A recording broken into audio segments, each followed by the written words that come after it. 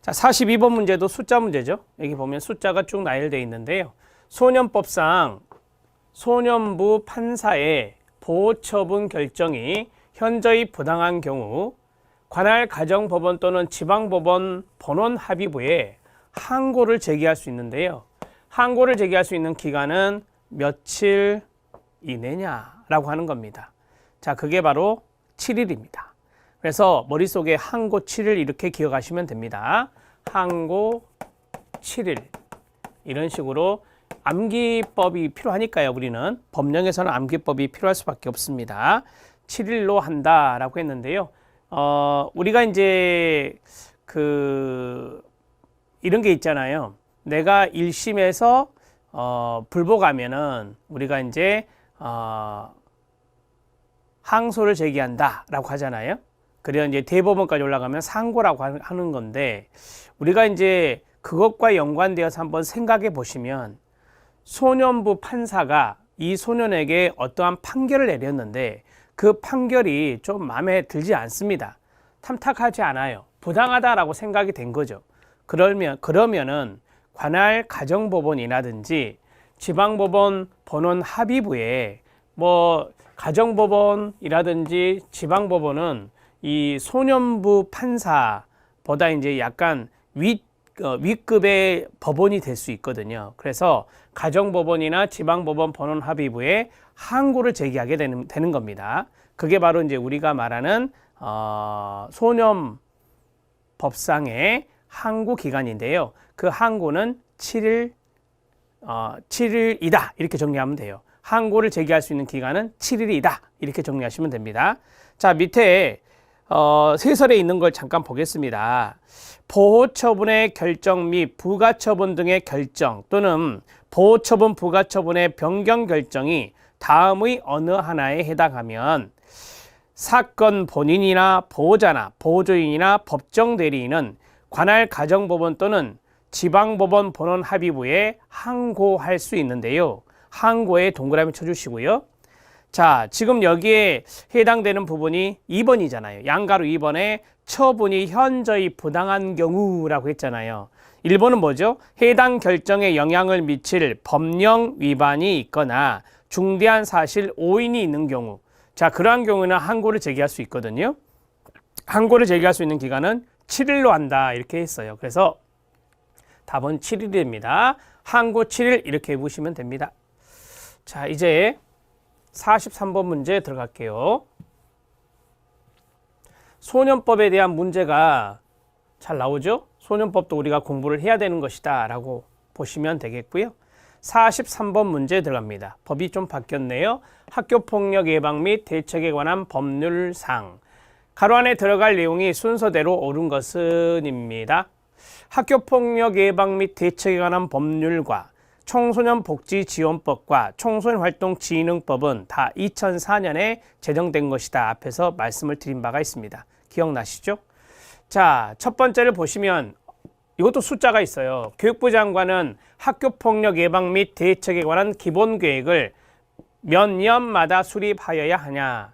자, 학교폭력이니까 교육부 장관이 나왔어요. 자, 이 자리에 여성가족부 장관이 들어가면 틀리겠죠? 자, 여성가족부 장관이 들어가면 틀리겠죠? 틀린 이유는 학교폭력이니까 그래요. 자, 그러면 이 기본계획은 몇 년마다냐? 5년마다예요. 5년마다. 자, 이 중앙부처의 장관은요, 기본계획을 5년마다 수립하는 게 거의 대부분입니다. 기본계획 5년마다, 종합계획 5년마다 이런 식으로 머릿속에 외우셔도 거의 틀림이 없습니다. 자, 5년마다는 정리가 됐고, 자, 기본계획이라든지 어떤 종합계획이 나오면 5년마다라고 생각하셔도 거의 틀림이 없다라고 말씀을 드렸고요. 자, 5년마다 이제 계획을 크게 세웠어요. 그러면 매년 해야 되는 연차별 계획은 어디서 짜느냐? 지역에서 짜는 거예요. 여기서 보면 학교폭력 대책 지역위원회라고 돼 있어요. 학교폭력 대책 지역위원회는 기본 계획에 따라 지역의 학교폭력 예방 대책을 수립한다 라고 돼 있는데요. 이건 학교폭력 대책 지역위원회가 수립하는 거예요. 이거는 어떻게 하겠어요? 제가 연차별 매년 수립한다라고 했잖아요. 그러니까 기본계획이 나오면 기본계획에 따라서 매년도에 이 지역계획이 나와야 된다. 지역의 학교폭력 예방 대책이 나와야 된다. 이렇게 정리하시면 됩니다. 그러면은 5년마다와 매년이 답이니까 답은 3번이 되겠습니다. 이해되신가요? 이것을 제가 좀 이해할 수 있도록 설명을 좀 해드리고 있는데 이해가 잘 되셨으면 좋겠습니다. 자, 이 내용을 좀 보겠습니다. 보면 이 5년마다 계획하는 거 있잖아요. 이거 5년마다 계획하는 것을 좀 보시면 학교폭력 근절을 위한 조사, 연구, 교육, 계도, 피해 학생에 대한 치료, 재활 등의 지원, 학교폭력 관련 행정기관 및 교육기관 상호 간의 협조 지원, 전문 상담교사의 배치 및 이에 대한 행정적, 재정적 지원, 학교폭력 예방과 피해 학생 및 가해 학생의 치료 교육을 수행하는 청소년 관련 단체 또는 전문가에 대한 행정적, 재정적 지원, 그 밖에 학교폭력의 예방 및 대책에 관한 필요한 사항을 교육부 장관이 5년마다 기본계획 안에 이걸 집어넣는다라고 하는 거예요. 자, 6번 아래 보면 학교폭력 대책 지역위원회는 기본계획에 따라 지역의 학교폭력 예방 대책을 매년 수립한다라고 되어 있죠. 매년에 동그라미 쳐놓으시면 됩니다. 이해되셨나요? 자, 이렇게 해서 정리가 되었습니다. 자, 이제 팁으로 제가 이걸 넣어드렸습니다. 4차 학교폭력 예방 대책 기본계획을 넣었는데요. 지금은 4차 기본계획이네요. 학교폭력과 관련된, 즉 학교폭력의 예방 및 대책에 관한 기본계획이 4차다 이 말이에요. 자, 5년마다 한다 그랬죠. 2020년부터 시작합니다. 20, 21, 22, 23, 24까지 2024년까지예요. 자, 이 2년도의 기간 동안에 세워진 이 기간에 해당되는 4차 기본계획의 내용이 어떤 건가 한번 보고자 합니다. 자, 이것의 비전은 무엇입니까? 같이 한번 읽어볼까요? 모두가 함께 만드는 행복한 학교. 이것을 4차 기본계획의 비전이라고 합니다. 목표는 존중과 배려가 가득한 학교 문화, 적극적 보호와 교육으로 신뢰받는 학교, 민주시민의 성장을 돕는 가정과 사회, 이 세 가지를 주 목표로 하는 4차 기본계획입니다. 5대 정책 영역을 보십시오. 첫 번째 계획에 4개의 추진 과제가 있고요. 두 번째 정책 영역에 3개의 추진 과제가 있고요. 세 번째 정책 영역에 2가지의 추진 과제가 있습니다. 네 번째도 마찬가지고요. 다섯 번째는 3개의 추진 과제가 있습니다. 그래서 모두 14개의 추진 과제가 오른쪽에 나열되어 있습니다. 그러면 정책 영역, 5대 정책 영역을 보겠습니다. 외우지 마세요. 학교 공동체 역량 제고를 통한 학교폭력 예방 강화, 그 다음 학교폭력에 대한 공정하고 교육적인 대응 강화, 피해 학생 보호 및 치유 시스템 강화, 피해 학생이 나오면 가해 학생도 나와야 되겠죠. 가해 학생 교육 및 선도 강화, 전 사회적 학교폭력 예방 및 대응 생태계 구축입니다. 이렇게 해서 5대 정책 영역이 있고요. 자, 첫 번째 14개 추진 과제가 쭉 나오는데 이것은 여러분들한테 맡길게요. 한번 여러분들이 쭉 한 번만 정독해 주시면 되겠습니다. 주요 신규 정책 과제가 나와 있는데요. 이 대목은 좀 보실 필요가 있습니다. 쉽게 말씀드리면 이전에 3차에서는 정책 과제로 설정하지 않았던 신규 주요 정책 과제인데요. 일회성이 아닌 교과 수업 시간에 실시하는 할 수 있는 예방 교육 확대입니다. 이게 교과 연계 어울림이라고 하거든요. 그러니까 학교폭력 예방 교육을 일회성으로 하는 것이 아니라 교과 수업 시간에 실시할 수 있도록 교과와 연계형으로 한다라고 하는 것입니다. 자, 그 다음에 초등 학년 구분별 초 1, 2, 초 3, 4, 초 5, 6 저학년, 그 다음에 고학년 이런 식으로 나눈 게 아니라 2년 간격으로 나눈 건데요. 자, 맞춤형 예방교육 프로그램 어울림 및 사이버 어울림을 확산한다라고 했어요. 우리가 이제 아무래도 지금 현재는 원격 교육이 상당히 많이 이루어지고 있기 때문에 사이버 어울림도 필요하다라고 하는 것을 이야기하고 있습니다. 그 다음에 학교 급 폭력 유형별 맞춤형 관계회복 프로그램을 보급하고 프로그램 활용 전문가를 양성한다.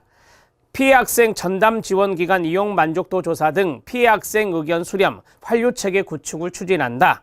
가해행위 재발 방지를 위한 특별교육 프로그램을 보급하고 가해 학생 조치를 내실화한다. 부모 교육 참여 활성화를 위한 인센티브를 제공한다. 이런 것들이 바로 주요 신규 정책 과제에 포함되어 있는 내용들입니다. 한 번씩 생각해 보실 수 있습니다. 이거는 면접에서 여러분들이 활용할 수 있을 것 같아요. 학교 폭력에 대한 질문이 나온다라고 한다면 이 4차 기본계획에서 주요 신규 정책 과제로 했던 거 이거 5가지를 다 6가지죠. 다 말할 필요 없고 여기서 한두 가지 정도 여러분들이 관심 있는 거 피해 학생에 대한 거나 가해 학생에 대한 거나 아니면 교과 연계형으로 하는 어울림이나 이런 것들을 좀 이야기하시면 상당히 차별성 있고 무엇인가 좀 준비를 하셨구나 이런 느낌을 받을 수 있는 면접 답변이 될 수 있겠습니다. 자, 정리가 됐고요. 44번 들어가도록 하겠습니다. 자, 44번 문제는 별표 쳐야 합니다. 좀 헷갈리거든요. 그래서 별표 치시면 좋습니다. 학교폭력 예방 및 대책에 관한 법률상 학교장에 관한 내용인데요. 옳은 것은입니다. 자, 우리가 이제 여기 보면 이제 뻔한 내용이 나오고 그 다음에 숫자가 나오는데 숫자가 좀 헷갈린다 이거예요. 자, 보겠습니다. 학교장은 2번 학교장은 3번 학교장은 이렇게 나왔네요. 학교의 장에 관한 내용이니까 학교장은 학교폭력 예방 및 대책 등을 위한 가로 교직원 및 학부모에 대한 교육입니다. 여러분 교육은 매번 해야 되지 않을까요? 여기 있는 대로 학기별로 2회 이상 실시한다라고 했는데요. 학기 1학기 2학기로 봤을 때 1학기 2학기별로 하는 게 좋은데 매번 하는 거잖아요. 근데 2회 이상이 아니라 1회 이상이라고 돼 있어요. 법조문에 보면 1회 이상 실시한다 이렇게 정리하시면 됩니다. 교육은 1회 이상 실시한다. 우리가 이제 1회 이상이라 하는 것은 기본적으로 적어도 한 번 해야 된다라고 하는 것입니다. 이렇게 정리하시고요. 자, 그 다음에 학교장은 학교폭력 사태를 인지한 경우 상식적으로 접근하세요. 지체 없이 전담기구 또는 소속 교원으로 하여금 가해 또는 피해 사실 여부를 확인하도록 한다. 맞을까요? 당연한 거 아닙니까? 학교폭력 사태를 인지해서 학교장이 그러면 지체 없이 이런 것들을 확인해야 된다. 사실 확인해야 된다라고 하는 것입니다. 맞고요. 학교장은 교감, 전문, 상담, 교사, 학부모 등으로 학교폭력 문제를 담당하는 전담기구를 구성한다. 앞에서 말씀드렸죠. 요거 해당되는 거예요. 전담기구를 구성하며 이 경우 학부모는 전담기구 구성원의 2분의 1 이상이어야 한다.